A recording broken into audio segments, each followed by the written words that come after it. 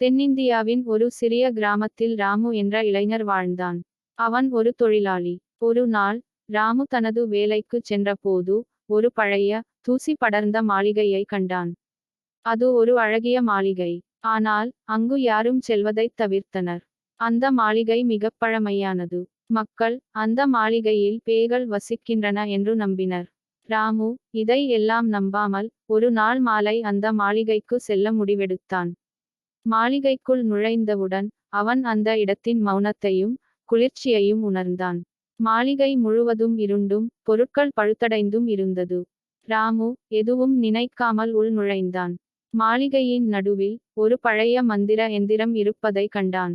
அதை தொடவோ நெருங்கவோ மனதில்லாமல் வீட்டுக்குச் சென்று விடலாம் என்று நினைத்தான். அப்போது யாரோ அவனை அழைக்கின்றது போல அவன் இருந்தது. அது உண்மையா என்று தெரிந்து கொள்ள ராமு யார் அது என்று கேட்டான். அப்போது ஒரு நிழல் மாளிகையின் மூலையில் இருந்து தோன்றியது. அந்த நிழல் அவனுக்கு நெருக்கமாக வந்தது. ராமு பயத்தால் வெளியே ஓடினான். அந்த இரவு ராமுவின் வீட்டில் சில அசாதாரண நிகழ்வுகள் நடக்க ஆரம்பித்தன. அவரின் தாயாரும் தந்தையாரும் பயத்தில் உறங்க முடியவில்லை. மர்மமான சப்தங்கள், நிழல்கள் மற்றும் பயமுறுத்தும் காட்சிகள் ராமு மாளிகைக்குள் சென்ற நாளில் இருந்து தொடர்ந்து நடந்தன. ஒரு நாள் ராமுவின் தாயார் அந்த மாளிகைக்கு அருகில் வசிப்பவரிடம் எல்லாவற்றையும் கூறி மாளிகை பற்றி விளக்குமாறு கேட்டாள். அந்த நபர் அந்த மாளிகையில் ஒரு பழைய தெய்வத்தின் கோவிலில் பணிபுரிந்த ஒருவரின் ஆவி இருப்பதாக அறிந்தான். அந்த ஆவி தன் துக்கத்தை இப்போது வரை உணர்ந்து கொண்டு உதவி கேட்கிறது என்று கூறினார். இதை கேட்ட ராமுவின் தாய் ராமுவிடம் அந்த ஆவியை ஆத்ம சாந்தி அடைய செய்து விடுவிக்க வேண்டும். அப்போது தான் அந்த ஆவி நம்மை தொந்தரவு செய்யாது என்று கூறினாள். இதை கேட்ட ராமு தன்னுடைய தாயாரின் வேண்டுகோளை ஏற்று ராமு அந்த ஆவியை சமாதானப்படுத்த ஒரு வழி கண்டுபிடிக்க முடிவு செய்தான்.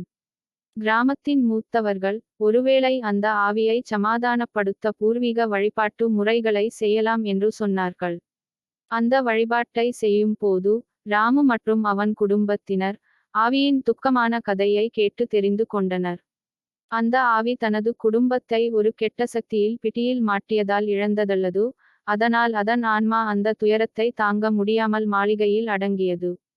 வழிபாட்டின் முடிவில் ஆவி சமாதானமாகி நிம்மதியடைந்து மாளிகை முழுவதும் அமைதியானது. ராமுவும் அவனது குடும்பமும் மீண்டும் பழைய நிலைக்கு திரும்பினர். இந்த நிகழ்வு ராமுவின் வாழ்க்கையில் என்றும் மறக்க முடியாத ஒரு துயரமானதையும் பயமுறுத்தியதையும் மாற்றிய நாள் ஆக அமைந்தது.